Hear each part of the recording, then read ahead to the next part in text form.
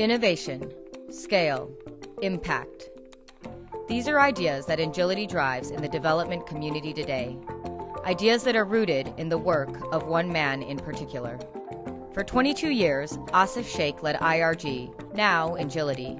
During those years, he set a standard for innovative thinking and pragmatic action that contributed to some of the most significant and sustained development impacts in recent decades.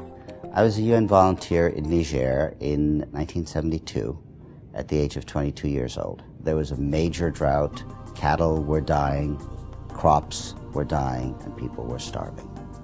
Even with all of the suffering, what I learned about the rural populations of Niger is that they were determined to restore the lives that they had lost despite everything they were going through.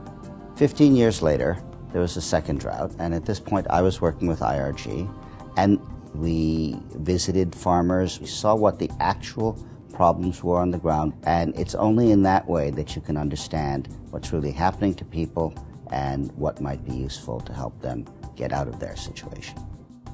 The Opportunities Study, led by Asif Shaikh, was instrumental in helping the governments and the development community understand that devolving authority, giving secure tenure, was absolutely vital. Initiatives like the regreening of Africa would not be taking place today if it had not been for the development of those principles 25 years ago.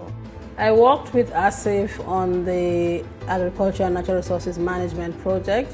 His impact on the Sahel has been to put in the type of innovation that can lead to reforestation and improve farming and overall improvement in the livelihoods of the farmers in the Sahel region. Ultimately, the success belonged not to any of us, but to the people who made it happen. In the late 1970s, Asif recognized that household energy innovations could be more effective in slowing forest loss than just planting more trees.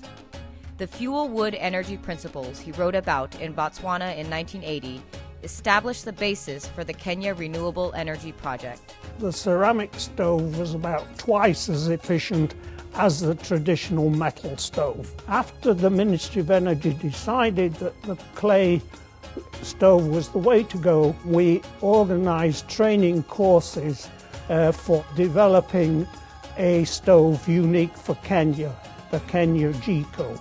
The amount of charcoal for Kenya has been reduced significantly. About 40% of the charcoal stoves are the new improved ceramic stove. In West and East Africa and around the world, Asif established a tradition of innovation and sustained impact.